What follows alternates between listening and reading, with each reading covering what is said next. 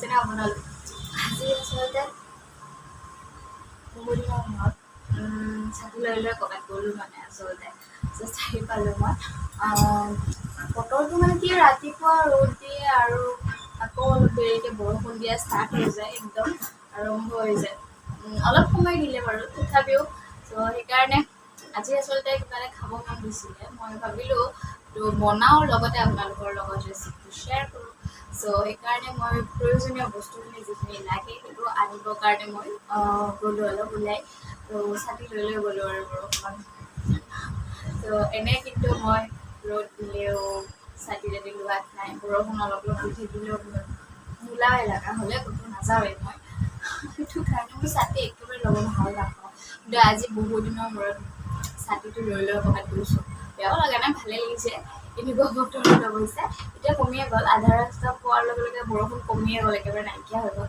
বন্ধ কৰি দিলোঁ বস্তুখিনি মই লৈ আহিলোঁ আৰু ভাবিলোঁ ৰেডি কৰাৰ আগতে আপোনালোকৰ লগত মই কথাই পাতি লওঁ আৰু ৰেডিটো যি কৰোঁ আপোনালোকক দেখুৱাওঁ মই গতিকে বলকচোন মই কি বনাব বিচাৰিছোঁ আজি আপোনালোকৰ লগত শ্বেয়াৰ কৰোঁ প্ৰথমতে আমাক লাগিব চিকেন চ' গম পাইছেই মই কি ৰেচিপি কি বনাম মানে চিকেনেৰেই বনাম চ' চিকেনটো মই ধুই থৈ দিছোঁ 500 গ্ৰাম লৈছিলোঁ আৰু ইয়াৰ পিছত লাগিব এইটো গম পাইছেনে এইটো কি এইটো পালেং শাক চ' পালেং শাক আপোনালোকে চিকেনৰ সৈতে খায়নে আজি চাওক মই কেনেকৈ বনাম আৰু ডাঙৰ চাইজৰ পিঁয়াজ এটা লৈছোঁ নহৰু আৰু জলকীয়া এই পালেং শাকখিনিৰ সৈতে মই নহৰু মানে এতিয়া পালেং শাকটো বইল কৰিম ত' অলপ বইল হোৱাৰ পাছত মই ইয়াৰ এটা পেষ্ট বনাই ল'ম আৰু ইয়াত পালেং শাক মই বইল দি দিছোঁ ইয়াত মই নহৰুখিনিও দি দিছোঁ একেলগতে বইল কৰিবৰ কাৰণে কেঁচা জলকীয়াখিনি মই এতিয়া বইল কৰিব নিদিওঁ পিছত কেঁচাকৈ পেষ্ট বনাম কাৰণ যদি মই বইল দি দিওঁ তেতিয়াহ'লে জলকীয়াটোৰ যিটো জ্বলা থাকে সেইটো ওলাই যাব আৰু বইল দিয়াৰ লগে লগে চ' সেইকাৰণে মই পিছত চিকেনখিনি মেৰিনেট কৰিম চ' ইয়াত মই দিম এচামুচ নিমখ হাফ টেবল স্পুন আপোনাৰ জলকীয়া পাউডাৰ হাফ টেবল স্পুন হালধি পাউডাৰ আৰু লগতে নেমুৰ ৰস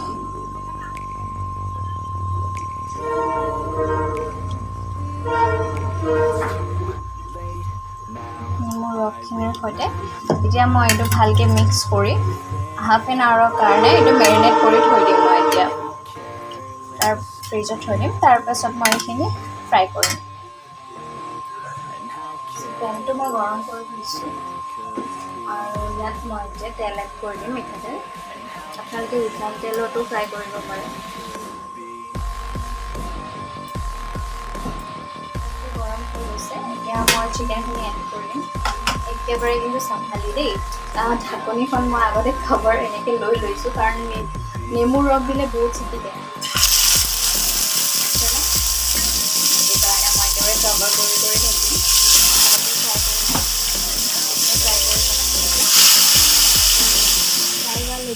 মই পালেং শাক আৰু নহৰু যিটো বইল কৰি থৈছিলোঁ সেইখিনি পেষ্ট বনাম আৰু কেঁচা জলকীয়াখিনি মই দি দিছোঁ সেইখিনি মই এটা স্মুথ পেষ্ট বনাই ল'ম আৰু আদা নহৰু পেষ্ট মই চিকেন ফ্ৰাই কৰোঁতে দি দিছিলোঁ চ' তাত মই দেখুওৱা হোৱা নাই ত' সেইকাৰণে কৈ দিলোঁ আমাৰ ধুনীয়া গ্ৰীণ পেষ্ট এটা হৈ ৰেডি চিকেন আমাৰ ফ্ৰাই হৈ গৈছে গল্ডেন ব্ৰাউন পূৰা ভালকৈ ভাজি লৈছোঁ সেইখিনি মই এতিয়া মই খাই ল'লোঁ আৰু এতিয়া ইয়াত মই এইটো তেলতে আলু ফ্ৰাই কৰিম আলুটোত মই হালধি আৰু নিমখেৰে এইটো এনেকৈ থৈ দিছিলোঁ মিক্স কৰি এইটো মই ফ্ৰাই কৰি দিম এইটো অপশ্যনেল হয় আপোনালোকে আলু নিদিবও পাৰে তেতিয়াও ভাল লাগে গল্ডেন ব্ৰাউন হৈ গৈছে চ' এইটোও মই এতিয়া উঠাই ল'ম আৰু এটা পেন মই বহাই দিছোঁ গেছত এতিয়া মই তাতো মিঠাতেল এড কৰিম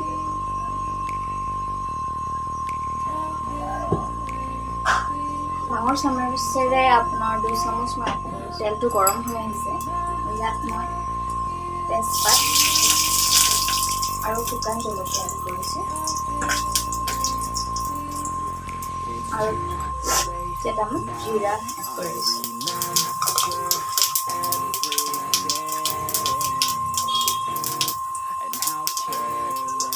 কাটি ৰখা ডাঙৰ সাইজৰ পিয়াজটো এড কৰিম মই।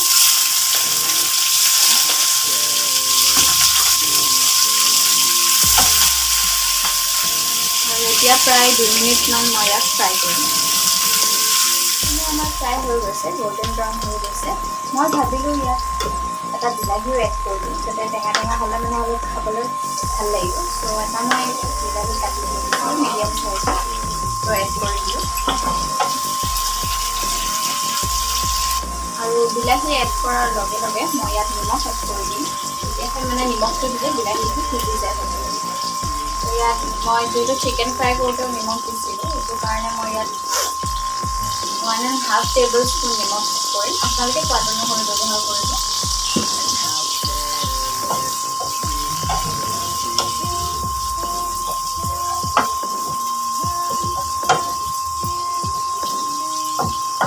ইয়াত বিলাহীখিনি সিজিবৰ কাৰণে মই অলপ 1 মিনিটমান টাইম মই ঢাকনিৰে ঢাকি 1 মিনিটমান পিছত ইয়াতে মছলাখিনিও এড কৰি দিম লগতে।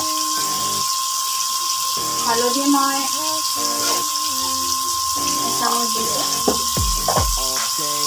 আৰু জলকীয়া গুড়ি এচামুচ দিছোঁ, কাৰণ তাত কেঁচা জলকীয়া দিছিলোঁ। আপোনালোকে জ্বলা যিমান খায় সোৱাদ অনুসৰি আপোনালোকে দিব। আৰু লগতে ধনিয়া পাউডাৰ দিছোঁ মই 1.5 টেবুলস্পুন আৰু জিৰা পাউডাৰ দিছোঁ মই 1 টেবুলস্পুন। আৰু এইখিনি লগতে মই ইয়াত অলপ পানী এড কৰি দিম, যাতে মছলাখিনিৰ যিটো স্মেল আছে ৰ স্মেলটো সেইটো গুচি যায় যাতে। একেবাৰে অকণমান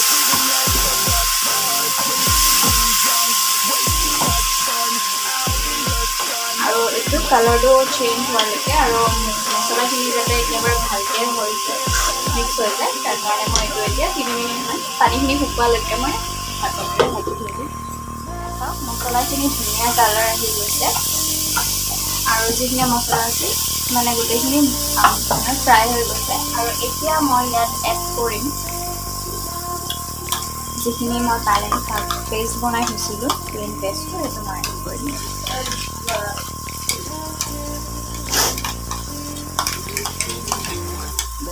সেইখিনি মই ইয়াত এড কৰিম আৰু যিখিনি মিক্সাৰত লাগি আছে সেইখিনি মই পানীৰে ধুই পেলাই এড কৰিম। যিহেতু মিক্সাৰ মানে যিখিনি পেষ্ট আছে সেইখিনি ৱেষ্ট কৰিব নোৱাৰি, গতিকে মই ইয়াতে পানী অলপ ধুই পেলাই মিক্স কৰি দিম আৰু এইখিনি ধুই এড কৰি দিছোঁ। আৰু এই মিক্সাৰখিনি মছলাখিনিৰ লগত ভালকৈ মিক্স কৰি ল'ম। আৰু এইখিনি মই প্ৰায় 2 পৰা 3 মিনিটলৈকে ইয়াক ফ্ৰাই হ'বলৈ দিম। আৰু যাতে ইয়াৰ যিটো তেল আছিলে সেইখিনি যাতে ছেপাৰেট হৈ যায় তেতিয়ালৈকে মই ইয়াক ভালকৈ ফ্ৰাই কৰিম। পিছে মই ঢাকনিখন গুচাই ভালকৈ মিক্স কৰি লওঁ। আমাৰ অলমষ্ট ফ্ৰাই হৈ ৰেডি। একেবাৰে কমি গৈছে আৰু তেলটো যিটো আছিলে সেইটো একেবাৰে এক্সট্ৰা হৈ ছেপাৰেট হৈ গৈছে। এইটো এতিয়া মই এই চামুচৰ সৈতে লাগি ধৰি আছে। এতিয়া মই যিখিনি ফ্ৰাই চিকেন আছিলে মই তাত এড কৰি দিম আৰু আলুখিনিও একেলগে এড কৰি দিম।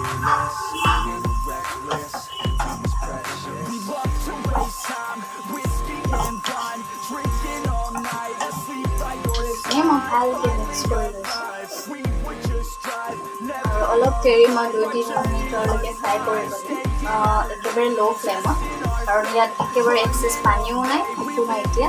গতিকে মই মছলাখিনি যাতে চিকেনতো সোমাই যায় সেইবাবে মই 2-3 মিনিটলৈকে ইয়াক ঢাকনিৰে ঢাকি ল' ফ্লেমত আৰু অলপ সিজিবলৈ দিম। প্ৰায় 2 মিনিটমান হৈ গৈছে আৰু ইয়াত মই এতিয়া পানী এড কৰি দিম। মই 2 গিলাচ পানী এড কৰিছোঁ। আপোনালোকে যিমান ঠিক বা পাতল খায় সেইটো হিচাপে আপোনালোকে দিব পাৰে।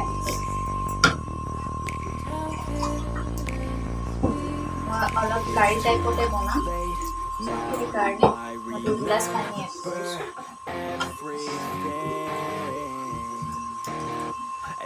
গেছৰ ফ্লেমটো মিডিয়াম ফ্লেমত কৰি দিম আৰু 5 পৰা 8 মিনিটলৈকে মই ইয়াক বইল কৰিম। চিকেনটোতো ফ্ৰাই হৈয়ে আছে, তথাপিও যিখিনি বাকী আছিলে সেইখিনি সিজিবৰ কাৰণে তো 5 পৰা 8 মিনিটমান মই ইয়াক মিডিয়াম ফ্লেমত আৰু এয়া বুটছটো এনেকৈ আহিছে, পূৰা তেলবোৰ ইয়াত চাইডে চাইডে আহি গৈছে। এতিয়া মই চাৰ্ভ কৰোঁ। একেবাৰে সিজি গৈছে মাংস।